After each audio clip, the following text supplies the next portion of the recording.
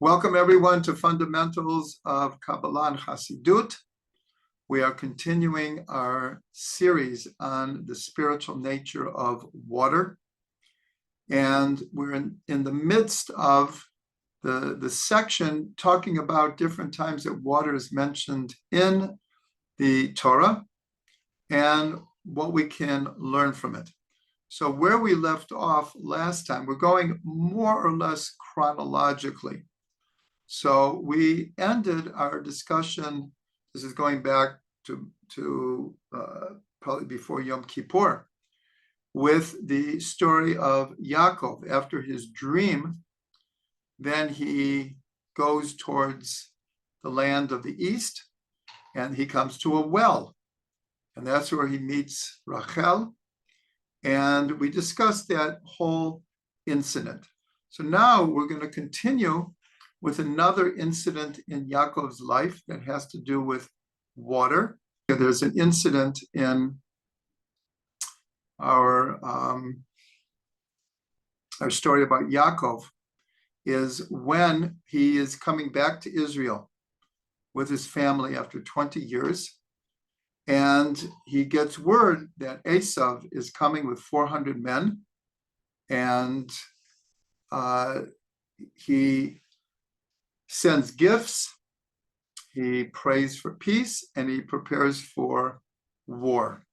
And Rashi actually tells us that this is the soundest advice that we can have, and especially in the situation that we're in now, where many attempts have been made to make peace, but obviously our enemies are not interested in that. And so we have to prepare for war. So Yaakov splits his camp, and then it says that he crosses the Yabok stream. And he is left alone. And that's when he fights with the man, angel himself, with God. We're not going to go into this. For those who have been following our different Chumash videos and articles and books, we discuss this at great length. But we only want to discuss this idea. What is this Ma'avar Yabok? That's what it's called in Hebrew. The Yabok stream, or the crossing over of the Yabok. So this has tremendous meaning, even though it seems like a small detail. And so we're going to delve into this, because the letters of this river are Yud, Bet, Kuf, Yabok. And these are three of the four letters of Yaakov's name. The letter Ayin is missing, but it's basically the same letters as the name Yaakov. And then when Yaakov fights with the angel, the word in Hebrew is he fought or he wrestled with, that is Ya'avek. He fought with him. So here you have the same letters as this river, Yud, Bet, Kuf, but here you have an Aleph. And we know that the letter Aleph is interchangeable with an Ayin, and that's the Ayin in Yaakov's name. And then, before Yaakov defeats the man angel, it's the word for the angel hurt him in his by his thigh, and there the word is taka. He struck him, and here we see two of the letters of Yaakov's name. So here we see an amazing thing linguistically, that the river that he crosses over, the wrestling that he does, the injury that is incurred, and the name Yaakov all have the basic same letters. So here this is like deep allusions and hints in the Hebrew language about what is going on here. And as I alluded to, Yaakov is not just fighting with a man. Rashi says it's the angel of Esav. Later, Yaakov says that he fought. The name Yisrael means Kasarita imanashim ve'elokim betuchal. You fought with man and God, and you prevailed. So here we see that Yaakov is also, in a sense, fighting with God over his destiny, his purpose in the world. But ultimately, in a sense, the deepest answer, who he was fighting with was himself. He was fighting because he had to face Esav after 20 years, the same Esav who he engineered, actually, honestly, taking his birthright. And then he takes the blessing. So for 20 years, Yaakov has an inner struggle. Did he do the right thing? Does he deserve the firstborn? Does he deserve the blessing? All these different ideas.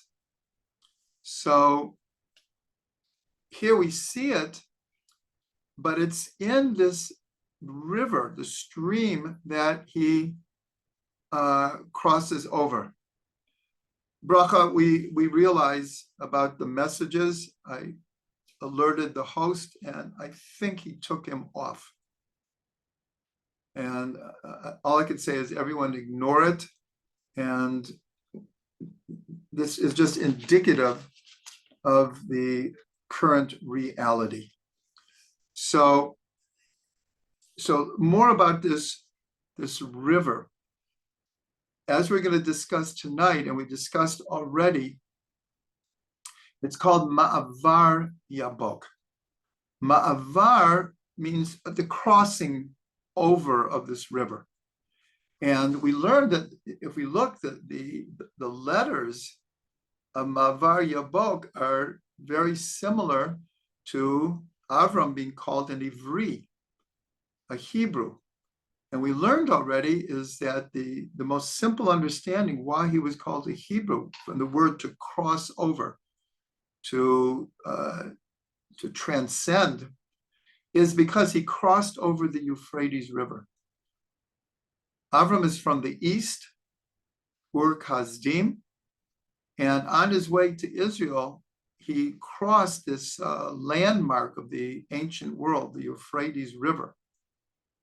And from that, he gets the name, the Hebrew. He crossed over this physical demarkment. But of course, he really crossed over a spiritual demarkment. And the Midrash says that he stood on one side of the world, and the whole rest of the world stood on the other side. So Avram is called the Ivri from the concept of being able to cross over, to transcend, to rise above, to change, to rectify. And so here we could see something very, very deep is, where did Yaakov get the strength to be alone and to fight with the man angel God himself? In a certain way, we could say he got it from Avram. And that's why it's included in this river. But Avram crosses over the Euphrates, and we're going to discuss shortly that when we come out of Egypt, to get truly out of Egypt, we had to cross the Red Sea. And to get into Israel, we had to cross over the Jordan. So we see that this is engraved in Jewish history, this idea of crossing over rivers, crossing over red lines, spiritual borders. And this, in a certain way, and for those who have the book, One Was Avram, this is a major point here.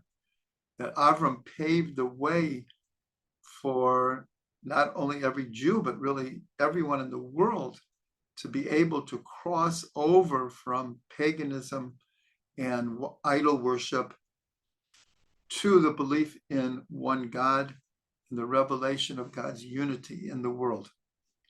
So this is all alluded to in the name of the stream that Yaakov crosses over.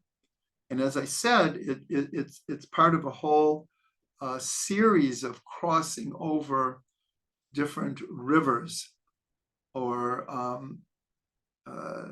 just bodies of water that represent new horizons, new insight, new beginnings. So it's significant that we're talking about this in Parshat Bereshit.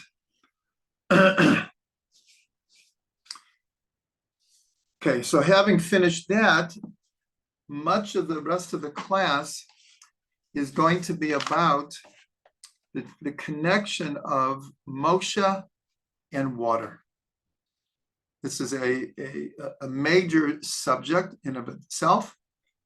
And as I said, most of the rest of this class will be dedicated to understanding the many, many connections between Moshe and water. So we'll start at the beginning, that the beginning, as far as the story in the Torah goes, is Moshe is born at a time of the slavery of Israel in Egypt. And when the astrologers tell Pharaoh that they see that a redeemer is going to be born to Israel, so the advice is, let's drown all the boys. And that is what they did. And Pharaoh gave instructions to the midwives that the girls they could keep alive, but all the boys they had to kill, and then later they threw them in the Nile. So Moshe is born in the midst of this. And he, of course, is the future redeemer. And the astrologers saw somewhat correctly, we'll call it unclear prophecy. And they saw also the reason that the advice was given to Pharaoh to drown the babies, because they saw that Moshe would be judged through water. Well, they didn't know it was Moshe, but whoever this redeemer who was going to be born would be judged and even in a certain way punished through water. And so that's how the advice came, to drown all the boys. And later we'll see that again, it was unclear prophecy, but they had a sense, because Moshe was judged through the water. He was not allowed to come into Israel because he hit the rock and didn't speak to it. That's an incident we'll get to as we continue. So that's just the way that Moshe is born. His whole destiny and fate is connected to water. And then he is put in a teva, in a little ark, and put on the Nile River to try to save him, because Moshe was born a few months premature. But once the time, they could see that his mother was pregnant, and so they were on the lookout that if it was a boy, they would drown it. And so he was born premature, and when they felt they could not hide him anymore, they put him on a little ark, teva. And as we know the story, the daughter of Pharaoh, who, according to many commentaries, what was she doing by the Nile River that day? One of the explanations is she was converting. She was turned off by Egyptian society, and wanted to be Jewish. And she went to immerse, to convert. That's one of the opinions. Anyways, as the story goes, she hears a baby crying. She saves Moshe, and then she gives him his name that we know. According to the Midrash, Moshe had 10 Hebrew names. He was known by 10 Hebrew names. So Moshe was not his Hebrew name, but in the Torah it says that the daughter of Pharaoh names him, and his name Moshe means Min Hamayim Mishitihu. From the water, he has been drawn out. He was drawn out of the water. So that seems to just explain the simple circumstances of how she found him. She drew him out of the water, and that's how she named him. Now, of course, this has much deeper significance because, as we've learned a number of times in this series, that anytime it says water in the Torah, it's a hint to water itself. And so this idea that Moshe is drawn from the water is his soul is being drawn from the same primordial place as the Torah. And that's very connected why he was the one to bring down the Torah to Israel and the world. He merited to go up to Mount Sinai and to receive the Torah. So his soul is intrinsically connected to the water of Torah. And so when he's called Moshe, Mina Mayim Mishitihu, there's a simple literal meaning, and there's a much deeper meaning that his soul was in tune with, was drawn from the Torah itself. And that's why he was the most fitting vessel to bring the water of Torah into the world.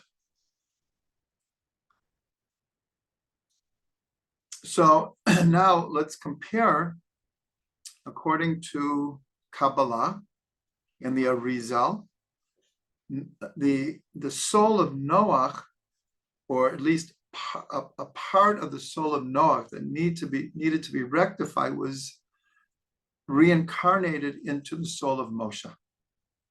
And we could see many comparisons. First of all, Noach was saved through a teva, an ark, and Moshe was saved through an ark. And both arks were on the water.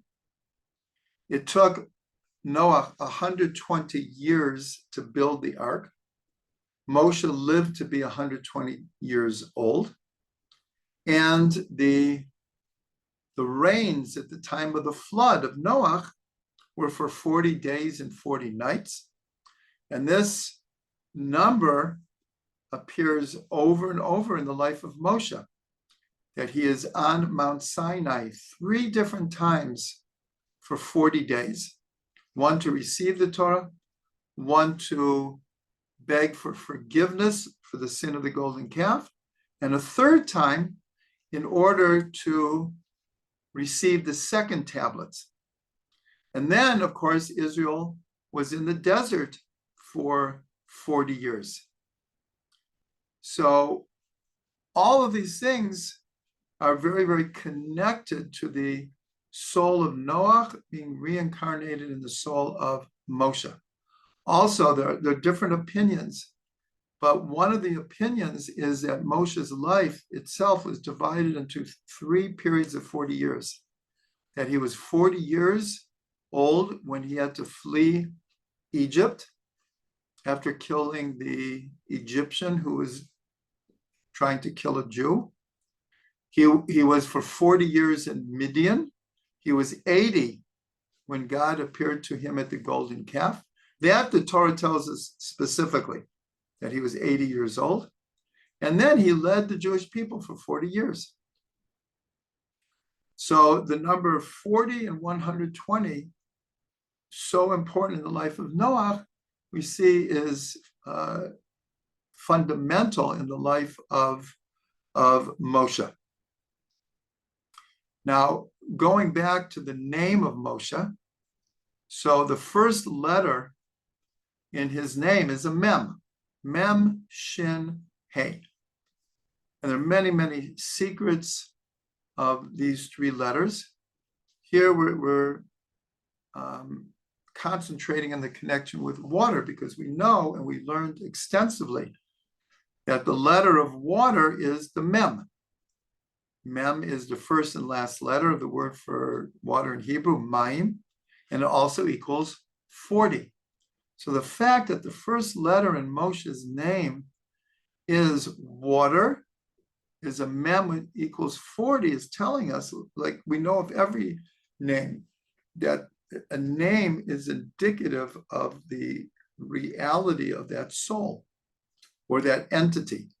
Any word for a person or a name of a thing, an entity, an animal, whatever it is, it not only describes, but is the animating force of that creation.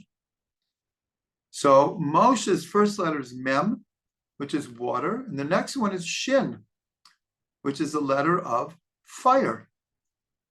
And so here also Moshe's life is very connected to fire. God appears to him at the burning bush, and Moshe is the one who goes up to Mount Sinai, and it's described that the mountain was on fire. Fire on the mountain. So Moshe's soul also was a combination of water and fire. This describes who Moshe is, but the first letter is water. And that's why, as we'll see, we've already seen the deep connection between water and Moshe.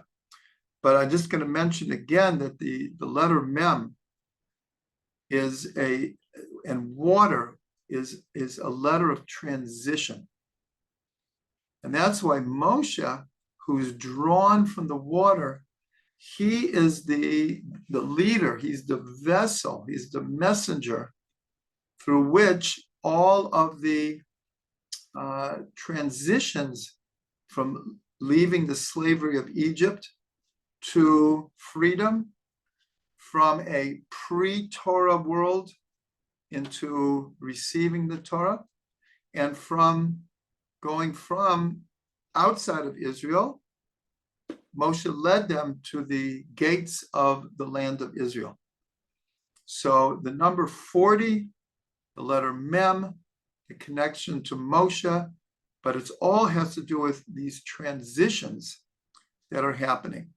And now I'll mention again something that we've touched on, but needs more development, is that water, like many, many things in the world, in fact, in most things, can manifest in a very positive way or a very negative way. And that is true of almost everything. Fire also. Fire has tremendous benefits for mankind and can destroy everything. And the same thing with water. We see that the water at the time of Noah destroyed the world. But in Jewish tradition, it's water that can purify. But water can also make certain things impure. So water is very, very paradoxical. And so Moshe, who is so connected to water, and we have many more incidences to get through before the end of this class. So he was very connected to water in very positive ways. But in the end, he was judged through water. And because of the incident of his hitting the rock to bring forth water for the people, instead of talking to it, he was not allowed to go into the land of Israel. So we see that this idea of the letter mem and water being a transitional concept. And when we get to discussing mikvah, we're going to see it even stronger in Jewish law and tradition and in mystical insight, how water is an agent of transition.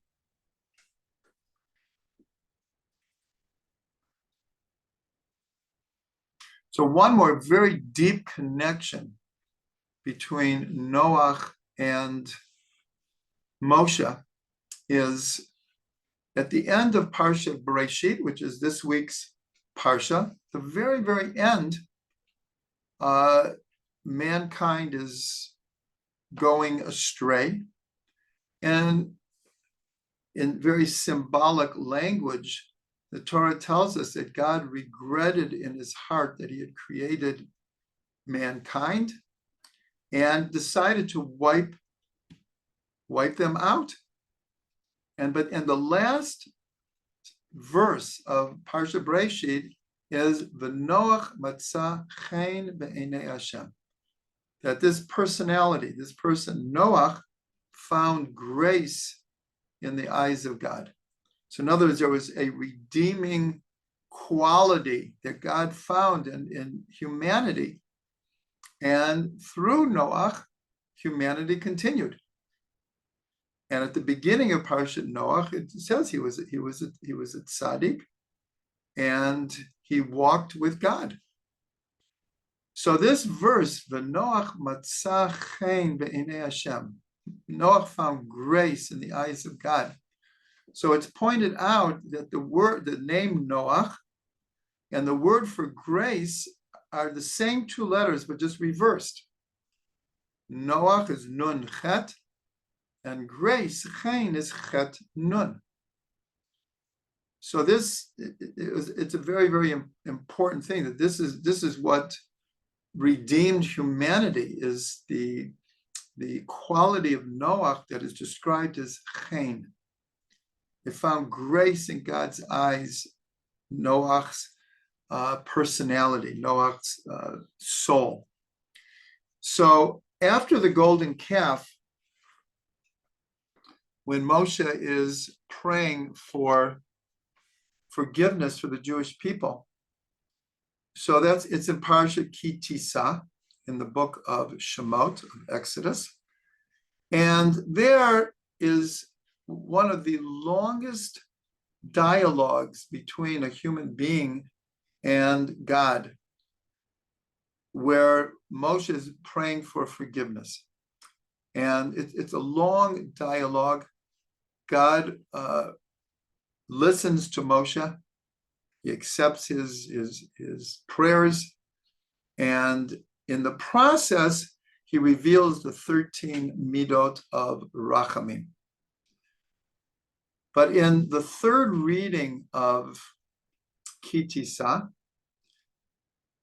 the third and fourth, this is where Moshe, God is already accepted. Now, Moshe asks to find grace in God's eyes, and that he grants not just forgiveness for the Jewish people, but also that he will be with the Jewish people. He will, as it were, travel with the Jewish people, and that the Jewish people and Moshe himself will find chen in God's eyes. So we don't have the time to go into every word, but if you look in the third reading of Ki Tisa, the root of chen appears 7 or 8 times. Sometimes it's actually reversed, and it's the letters of the root of Noach. And it appears 7 or 8 times in a short passage. And here, again, we see this deep connection, because we're told in short that Noach was a very, very high, elevated soul, enough that humanity was saved through him. But everyone points out that his flaw was he didn't pray for his generation. He didn't pray like Avram prayed for the wicked people of Sodom. And in Noah's lifetime, so his generation was considered wicked. And Moshe, we're told, goes even a step further than Avram, where when God originally says, in reaction to the golden calf, please move out of my way, and I will destroy the people, and I will start a new people from you. And Moshe responds by saying, this is the same people that Moshe also is upset with, so upset that he broke the tablets. But he didn't lose sight of being Israel's great defender. And he says to God, if you do such a thing, wipe me out of your book. I'll have no part of this. So in Hebrew, the words for wipe me out of your book that you have written, mecheni na mesifrecha asher katafta. Wipe me out of the book that you have written. So the word mecheni, wipe me out, is, if you permute the letters, is me Noach, the waters of Noach. And the Arizal reveals that when Moshe said that, he was able to rectify, or the part of Noah that was in Moshe that needed this rectification, it was accomplished through Moshe offering his life in exchange for forgiving the people. And that was the tikkun, the rectification of Noach's soul. So for those who want to see it, go to Shlishi and also Revi'i, and you will see the name Chen and the root sometimes reversed 7 or 8 times. And so this, again, is a very deep connection to Noah. One last connection is that we're told that Moshe was the humblest person on the face of the earth. The Torah itself testifies to this. And so we're told that along with this humbleness, there are different words for humbleness. Anav, that's what the Torah uses in that verse, anav. There's also shafel, shiflut. And there's also the concept of bitul, which is called self-nullification, which means nullification of ego. And usually to be a humble person, one has to temper and clarify and refine their sense of ego.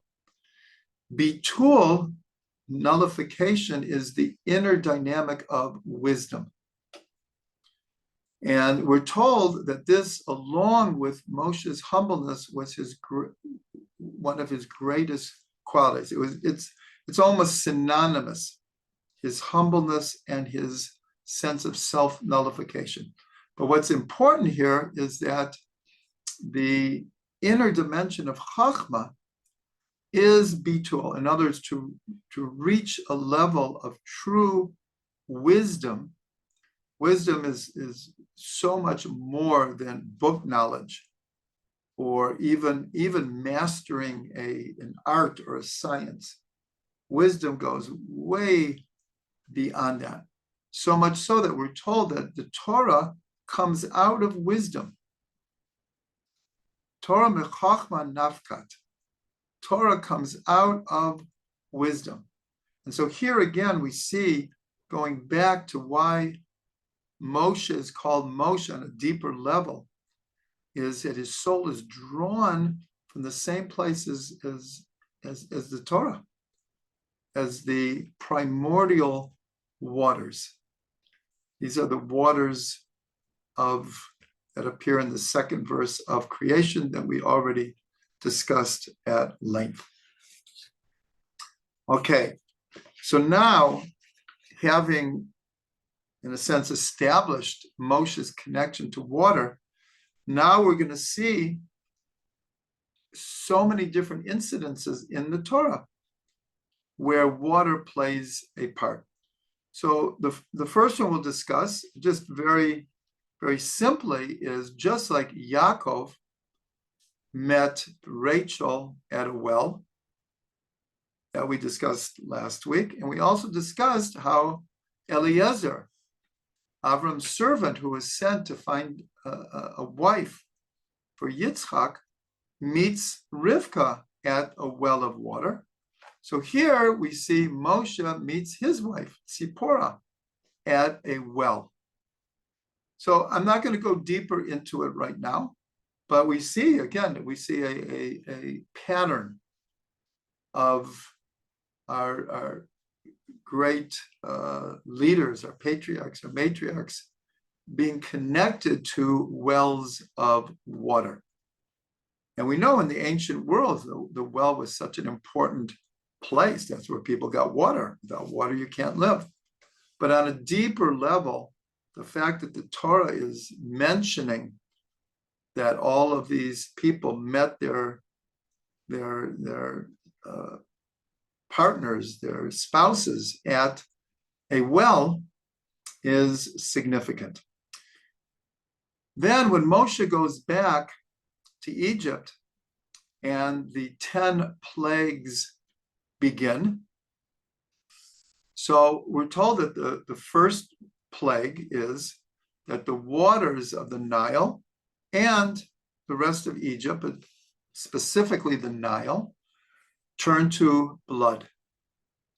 And we're told in different midrashim that all of the 10 plagues were what's called mida keneged mida, a measure for a measure for what the Egyptians had afflicted the Jews during their slavery. So each one of the plagues was a measure for measure, we call it punishment. And so the first one was the measure for measure of their drowning the babies in the sea, in the Nile. So here again, the first plague that Moshe performs is at the Nile. And we see that many of the plagues are announced to Pharaoh at the Nile, at the river, because they in that time they practically worshipped the Nile, because it was even if you look at a map today, if you look at a map from space, so you see Egypt is basically totally desert, except for I don't know how many kilometers on each side of the Nile running through all of Egypt. In other words, to this day, the sustenance of Egypt, water and food, all comes from the Nile. So during the plagues, over and over again, Moshe goes to Pharaoh, who's at the Nile, to announce the plagues. And the first one specifically is a punishment for drowning the boys. And the second plague also, the frogs, we're told, came out of the river. So the first two plagues also have to do with water. Now there's a Midrash that some of the plagues Moshe, we'll call it, performed with his staff, and some of them Aaron performed. So we're told that the first two that Moshe warned Pharaoh, but it was Aaron who actually hit the water. And the Midrash says, why Aaron? Why not Moshe? And they said, because Moshe was saved by the water. And therefore, it had to be Aaron who hit the water. So obviously, this is a very symbolic, metaphorical type of teaching. But again, we see the deep connection between Moshe and water. Then the next one, of course, is a very big one. And as I've explained, we're not going to discuss the whole incident of crossing the Reed Sea and then singing the song of the sea. But obviously, this is a very, very important part of the Torah. And it's the focus of the seventh day of Pesach is crossing the Reed Sea. We crossed it on the seventh day after leaving Egypt. And again, as we've mentioned, here, it's so important to understand that to get out of Egypt, we had to cross a body of water. Just like Avram had to leave idol worship behind by crossing the Euphrates, and just like we had to leave the desert and the slave mentality behind to enter into Israel. And as we discussed earlier tonight, Yaakov had to cross the Ma'avar Yabok in order to come to merit the name of Yisrael and to be able to face Esav the next day and come out unscathed. So there are many, many things to say about the song of the sea and crossing the sea. But one thing that we're going to mention, because it's going to come up again, is that we're told, Midrash says the sea didn't split in just one channel. It split in 12 channels, one for each one of the tribes. And we're told that today, so what do we learn from this? Because everything in the Torah is an eternal kind of message, teaching. So the comparison is made to, we don't know with the 12 tribes now, but there's this idea of a different nusach of davening, different ways that people pray. And so the comparison has been made that just like there were 12 channels through the sea, there are 12 channels through which our prayers reach God in heaven. And each one is a different, just like the tribes are very different than each other.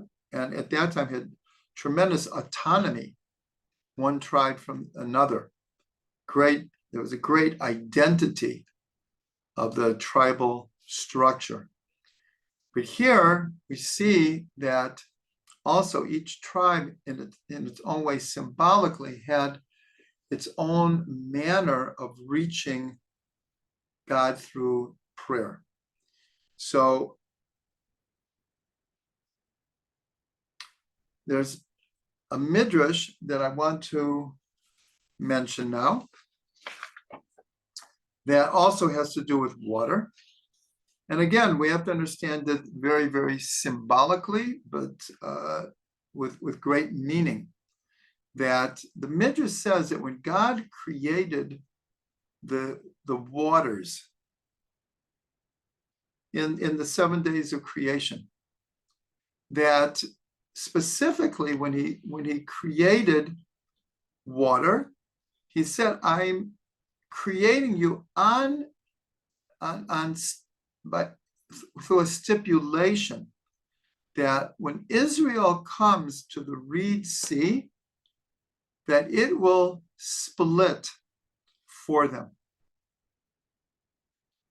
And the sea was in a sense has a vision of who the Jewish people were, so they would know when they got there that they would split for them.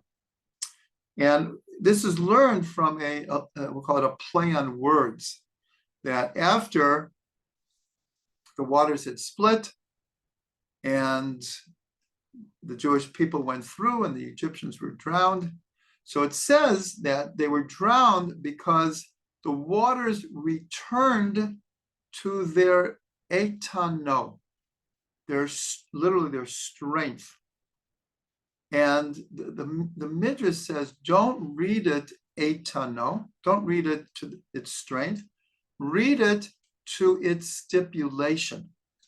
Because the word of stipulation is al tanai. Tanai sounds like eitano. So in a play, like we'll call it a play on words, drasha, it said that when Israel got to the sea, that the sea split and it fulfilled its stipulation.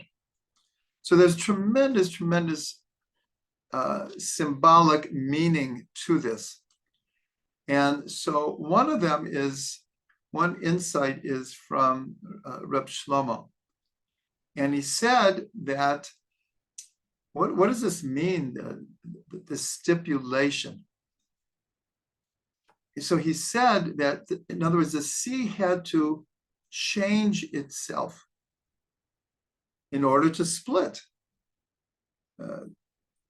Call it a miracle, call it the sea living up to its stipulation, but the sea had to change in order to fulfill its stipulation. And so Reb Shlomo said that sometimes we think that to be who we are is just the opposite of change. I am who I am. Many people, say that, or like, let's say in a verbal confrontation, I am who I am, accept it, or tough. So this idea is, I am who I am. I don't need to change. Why do I need to change? So this is what's called Teva Rishon, one's first nature. Our first nature, of course, is very important. It's who we are. It's our nature and nurture. It's our DNA. It's how we're raised. It's our mazal, our incarnations. It is who we are. But then we're told that's what's called Teva Sheni, developing a second nature, where we take the first nature and we improve it. We clarify it, we fix it, we refine our first nature, and we change in a way that we become something more than we were. So Reb Shlomo says that's the secret here, is that the sea, in a sense, deserved or merited to be water because it would change, and it did change. That was a part of who water had to be, was at the right time and the right place to be able to change. And that is a great teaching for all of us, is that we do have to be who we are. But sometimes we get in such a rut, in such a routine of who we are, that's actually called being in Mitzrayim, in a narrow place. We've established who we are, and we don't want to move. We don't want to move out of that comfort level. So that's just a very beautiful idea of the splitting of the sea. And of course, that applies to all of us. It's included in our prayers every morning. We say the Song of the Sea, because every day is a new challenge. Every day needs a lot of koach, a lot of strength, and the ability to change and adapt. And so we sing the Song of the Sea every day to remind ourselves that just like Israel crossed the sea and God helped, that we also have to look at every day as a new opportunity to cross a new sea. Along with this, we have to mention the very well-known Midrash that the sea split, that when Egypt was approaching Israel, some people wanted to fight them. Some people wanted to give up and return to Egypt. Other people were just freaking out, didn't know what to do. And other people wanted, we just have to go forward. You look at, how can we go forward? There's a sea. So the famous Midrash is Nachshon ben Aminadav, the prince of the tribe of Yehuda, just starts to cross the sea. And when the water got up to, Midrash says, to his nostrils, the sea parted. So of course, this is a tremendous teaching for us.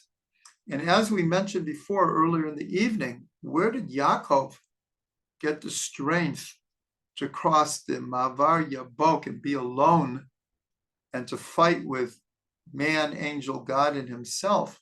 So he said it was from Avram HaIvri.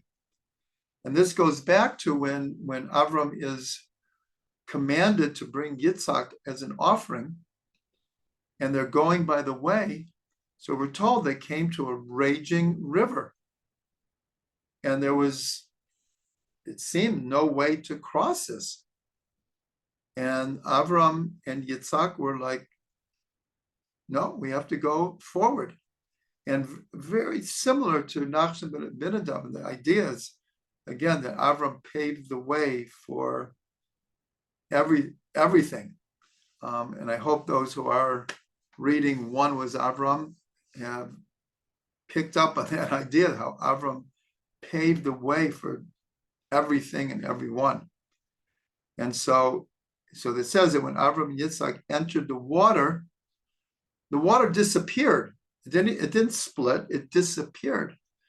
And the Midrash says it was a mirage created by the Satan.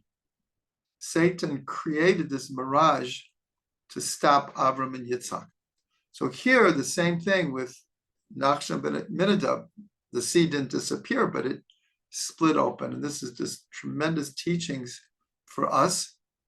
And it should give us great strength that we can cross any raging river, any sea, and escape from the Egyptians, from the Yetzer Hara, and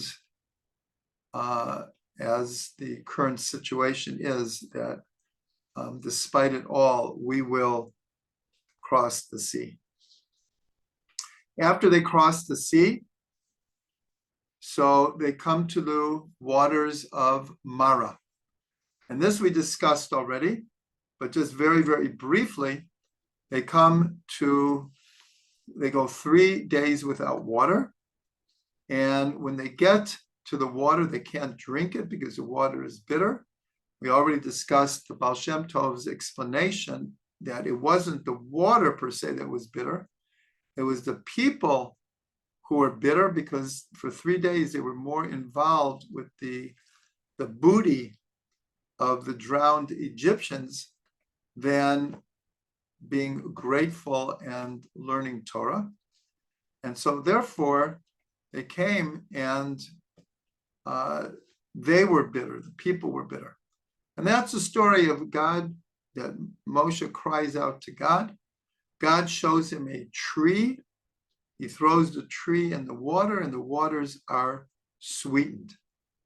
And so here we see that the tree is symbolic of the tree of life, and the tree of life is symbolic of the Torah, because we call the Torah Eitz Chaim Hi. It's a tree of life for those who grab onto it.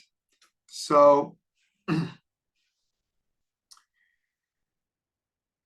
so this tree, one of the Midrashim say it was actually a bitter tree.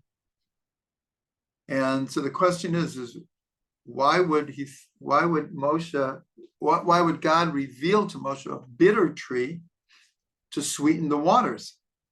And here we're told that this is the secret of homeopathy. This is a secret of vaccinations, even though in our day, vaccinations have gotten very controversial because of COVID. But we have to say that vaccinations have wiped out a number of major diseases that killed tens of millions of people, hundreds of millions of people over the ages.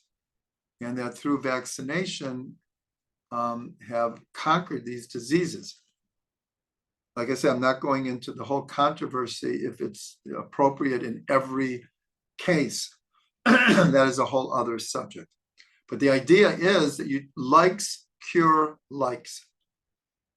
And the Talmud actually says that God is not like human beings. Human beings treat likes through dislikes. God heals likes cure likes. That's a whole discussion in the Talmud. Again, that's the basis of understanding the whole principle of homeopathy and vaccinations. And it's brought down in Kabbalah. I'll just mention this because we have this very, very big concept of turning darkness into light. The darkest hours before the dawn. And so much of Kabbalah and Chassidut uses the language of turning darkness into light. The whole holiday of Hanukkah is the idea of bringing light into darkness and transforming darkness into light. But the Zohar says relatively that is easier than turning bitter into sweet. That it's much harder. Like if you go into a dark room and you light just one candle, you've dispelled the darkness. It might not be super light, but it's no longer dark. There's light. But the Zohar is trying to say if something is bitter, it's not so easy to rectify it. It's not so easy. It takes much more spiritual work to turn bitterness into sweetness. And that, I think, many people can understand on an emotional level, a psychological level, is how to conquer bitterness in our own lives. Then we have another incident with water. Again, for those who have been here the whole class, we're going through this incident after incident of Moshe's connection to water. Through his whole life, water is like it's a main focus in his life. So then we have the incident of the people have no water again, and they cry out and they complain, and God is like, yeah, people have to have water. So he tells Moshe, take the staff that you performed the miracles and the plagues in Egypt, and he showed him a rock, and he said, hit the rock and water will come forth. And Moshe did it and brought water out. So here again, just right after crossing the Red Sea, there's immediately two incidences with water. And then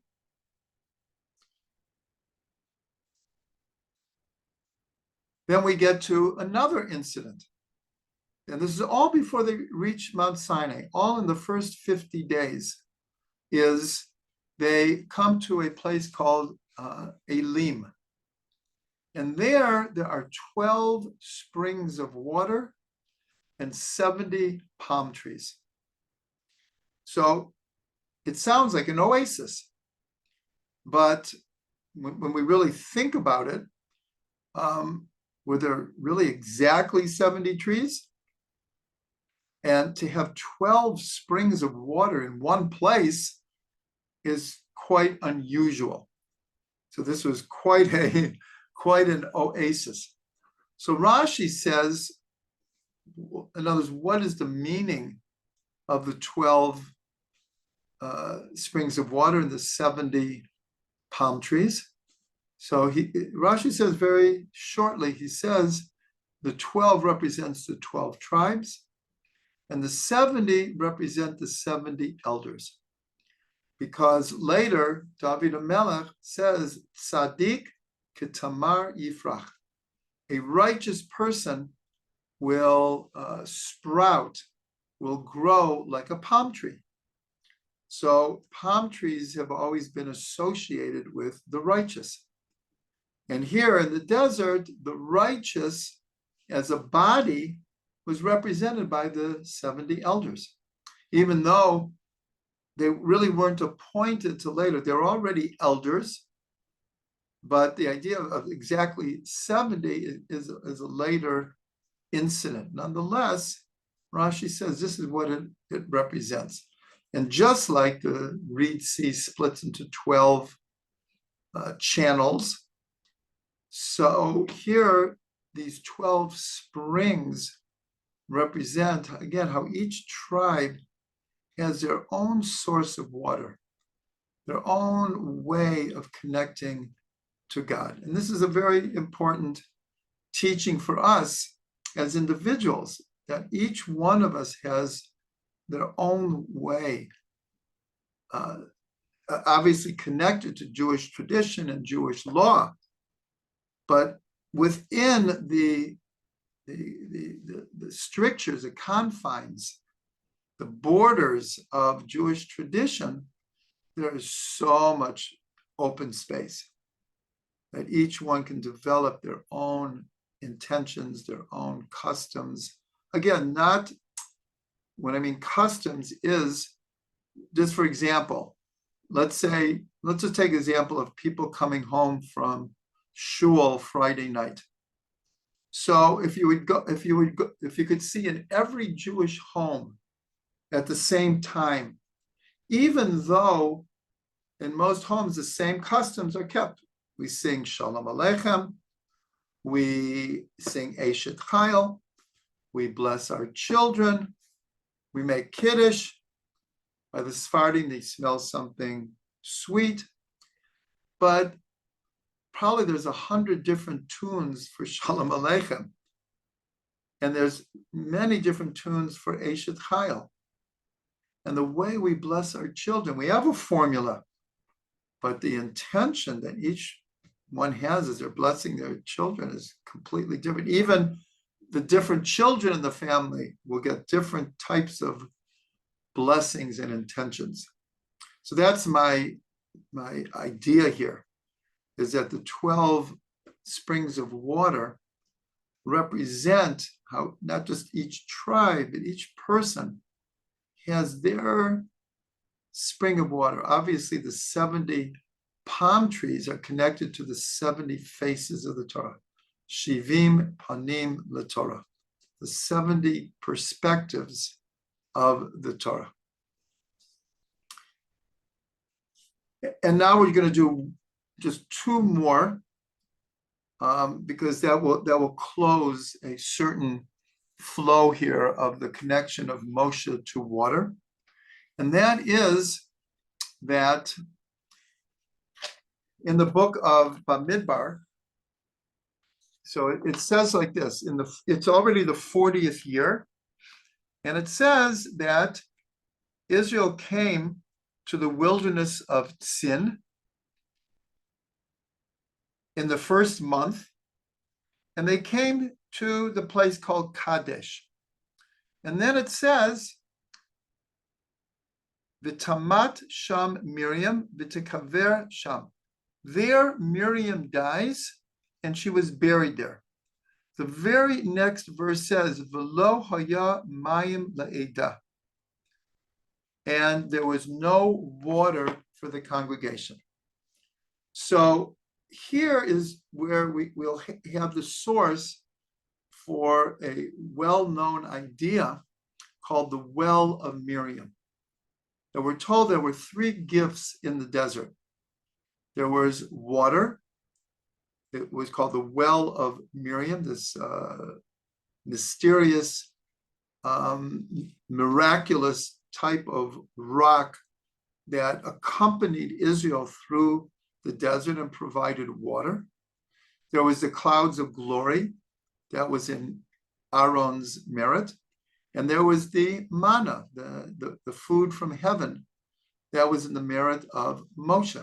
So there were three gifts, and Moshe, Aaron, and Miriam, each one merited one. Now, what's interesting here is up to this point, there's been no outright connection between Miriam and water. We have many connections of Moshe with water, but not Miriam. And so here the sages learn it just from the connection of these two verses, the juxtaposition of them coming to Kadesh and then Miriam dying, and there's no water. So the Alshech is a famous rabbi and commentator who lived at the same time as the Arizal in Tzfat. So he said something very beautiful, because when Aaron dies, it says the entire people mourned Aaron and cried. The very end of the Torah, which we just read, says that Moshe dies. And it says that the people mourned for him, but it doesn't say all the people. And when it comes to Miriam, it doesn't say the people mourned at all. And so the Alshech said something very, very strong. He said that when God saw that the people didn't mourn for Miriam, they didn't appreciate who she was, and that the merit of water for 40 years was in her merit, that there was no water to drink, because they didn't cry for Miriam, which tears are a type of liquid water. They didn't deserve to have water. And that ultimately led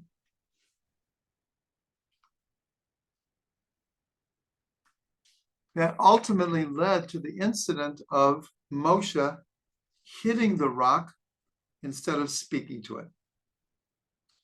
So there's two other explanations why the well of Miriam, why the water in the desert was in her merit. One goes back to when Moshe was put in an ark on the Nile. And there it says explicitly that Miriam, who according to tradition was, I believe, 6 years old at the time, she stood on the banks of the Nile out of worry, out of concern, to see what would happen with Moshe. And she was the one who ran to the daughter of Pharaoh and said, because Moshe would not breastfeed from any of the Egyptians, she said, should I bring you someone who, will be able to breastfeed him? Because the daughter of Pharaoh realized immediately that he was a Jew.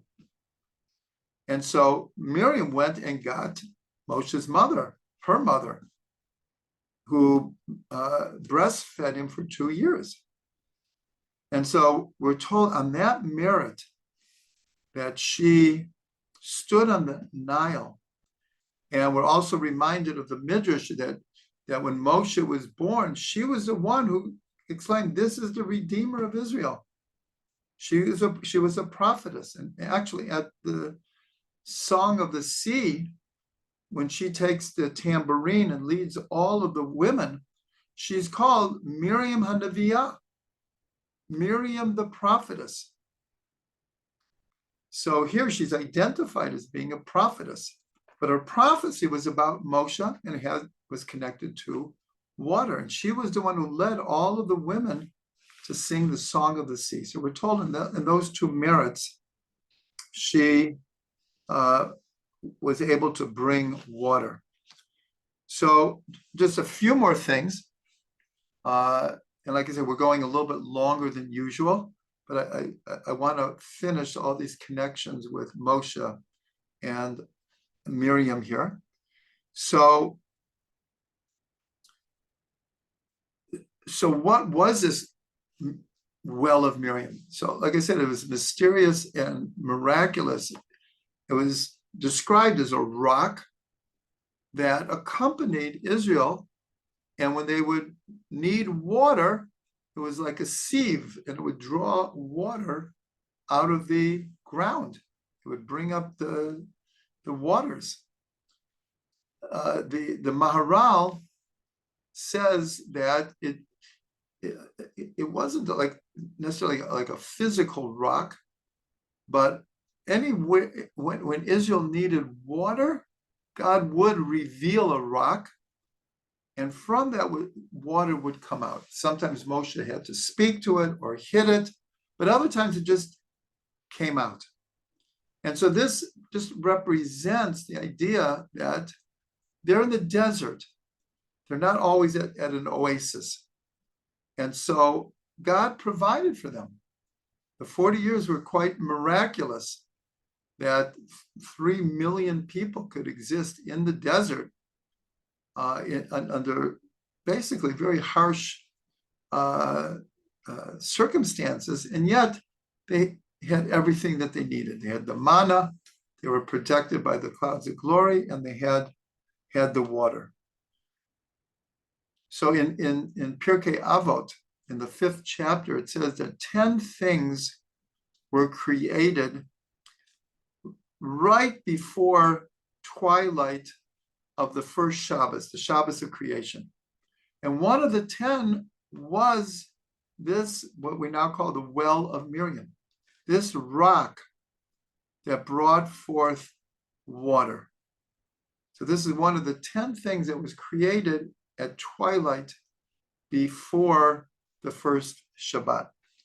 And the last thing, which is very, very fascinating, is that Rashi says, the Ramban says that this rock is the same rock when Hagar and Yishmael were dying in the desert from a lack of water, and God, or the angel of God, showed them water. Later, this was the same rock that Moshe hits, and it's the same rock that Moshe later was supposed to speak to. So the question is, like, okay, if you didn't mention Hagar, we could understand maybe what this is talking about. But what's the connection here? And so here we see the idea of the symbolism of this rock that brought forth water. You know, we have one of the names that we refer to God is Sur Yisrael. Right before we say the Amidah at morning services, we say Sur Yisrael, Kuma Be'ezrat Yisrael, the rock of Israel. In the famous song of Hanukkah, Ma'oz Sur, the strength of the rock of Israel. And so here we can understand that this rock is symbolic of God's providing, God's protection, God's providence. And this is connected to another amazing Rashi, when after the burning bush, so when Moshe is going back to Egypt, so it says that he put his wife on the donkey.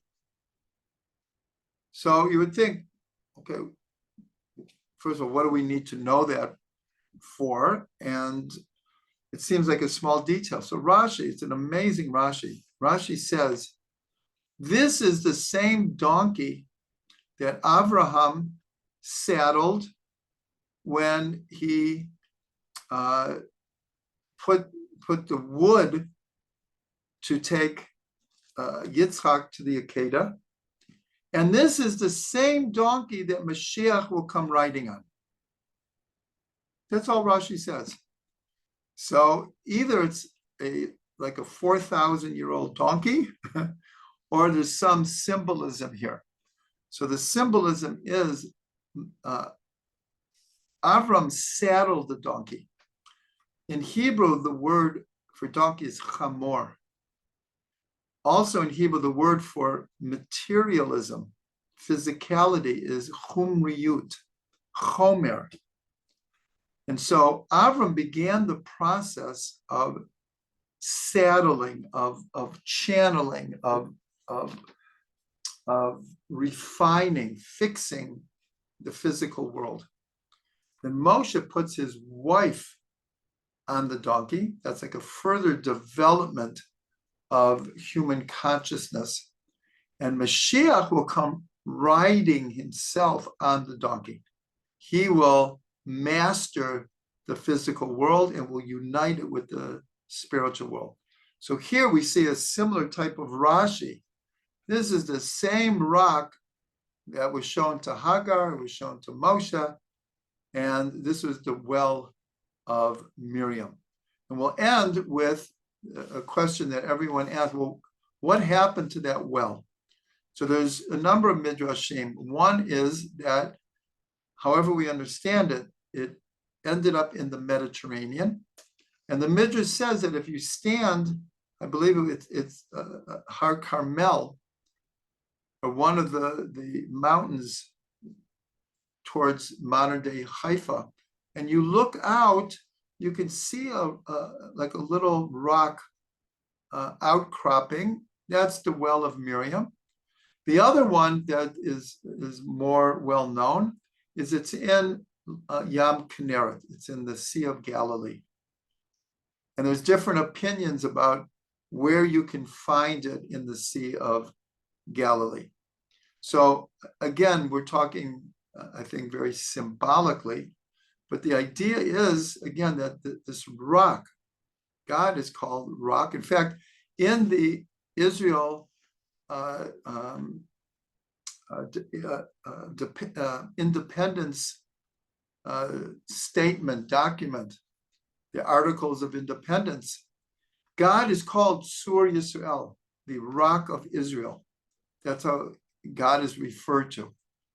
So I think the idea is that this rock travels with, accompanies Israel through thick and thin, through everything. So I'll just end with a blessing connected to current events, that just like we have gotten through everything else in Jewish history, pogroms, inquisitions, expulsions, crusades, Holocausts, war after war in Israel, we will get through this also, and the rock of Israel will most certainly be with us. Recording again? No, I don't want to do